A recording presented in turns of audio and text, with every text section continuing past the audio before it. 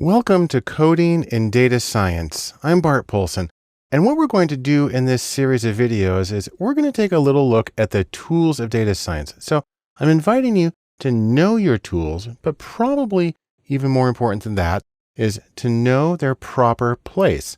Now, I mention that because a lot of the times when people talk about data tools, they talk about it as though that were the same thing as data science, as though they were the same set. But I think if you look at it for just a second, that's not really the case.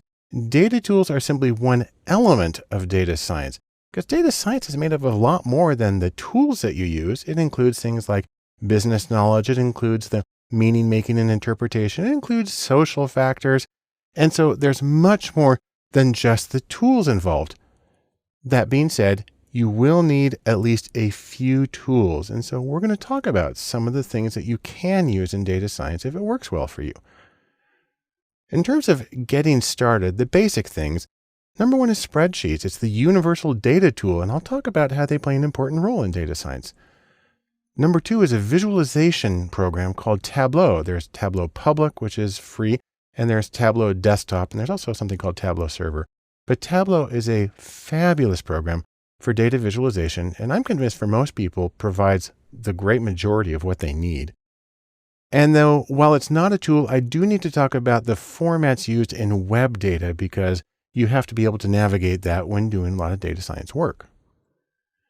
Then we can talk about some of the essential tools for data science. Those include the programming language R, which is specifically for data.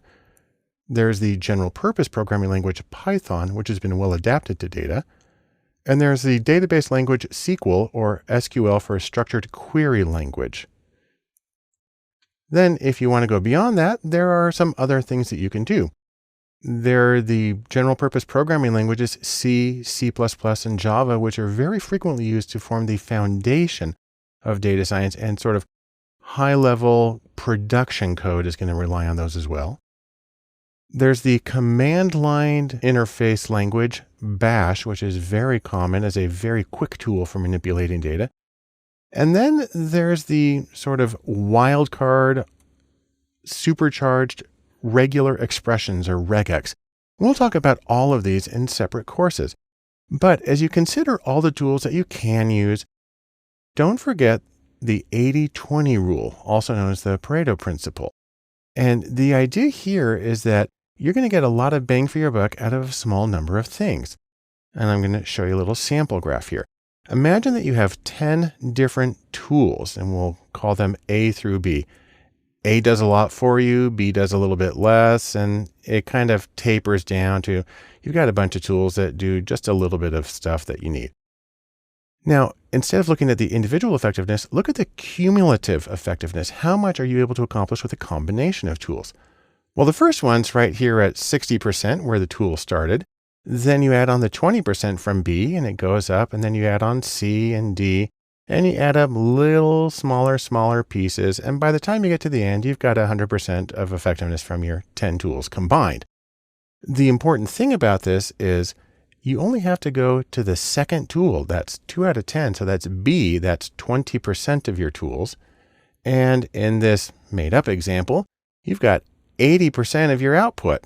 So 80% of the output from 20% of the tools. That's a fictional example of the Pareto principle, but I find in real life it tends to work something approximately like that. And so you don't necessarily have to learn everything, and you don't have to learn how to do everything in everything. Instead, you want to focus on the tools that will be most productive, and specifically most productive for you. So in sum, let's say these three things. Number one, coding, or simply the ability to manipulate data with programs and computers.